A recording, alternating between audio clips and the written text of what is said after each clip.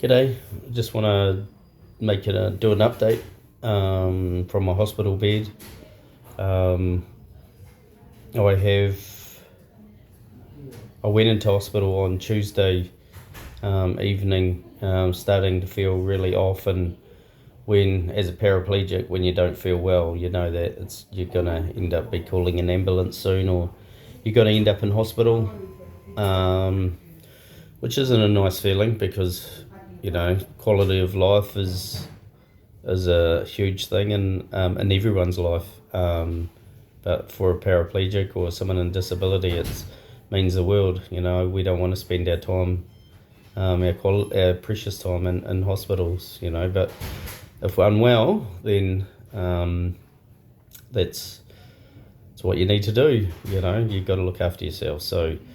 So yeah, called the ambulance because I felt really unwell, started going downhill and knew that things weren't great. And I've dealt with the same problem now for 3 times in a year, and no one's looking for answers or anything, and no one's caring about my quality of life. Which it feels like every time I talk about disability or anything, it feels like I'm more fighting a bigger beast or fighting bureaucracy when I'm talking about health and everything, and that just seems wrong. Like, who's going to pay for me? Is he worth paying for? Or I talked to the doctors this morning, and I said, well, is there someone I could be put onto to get this sorted out? Because they keep on saying that, it's just a skin infection. So like, well, my legs are always covered up, so there's no obvious marks that I can get a skin infection. So what's the deal here? But I think they're just happy to give it a name and walk away, and don't need any answers. I told them that, it's probably from the gut. They said, it's not typical from the gut, but I said, well, is the science already done on it? There's all these other changing, varying things out there now, and but there's not enough work done in it. And they said, will there ever be? Which is sort of like, just, we don't care.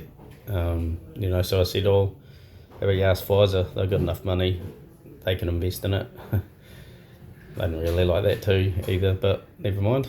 But I'm worth something. It's like people looking at me for work, or being able to contribute. They never look at me at all for anything in that regard. Like, I'm worth nothing now. And if you want to be something, you go and chase it. Well, it's very hard these days, even without a job, and an able-bodied person, let alone someone in a wheelchair who can't do full-time work. They can't do many things, but we should be looking at all the amazing things that I can do. So I'll end up being proactive and finding and creating something myself.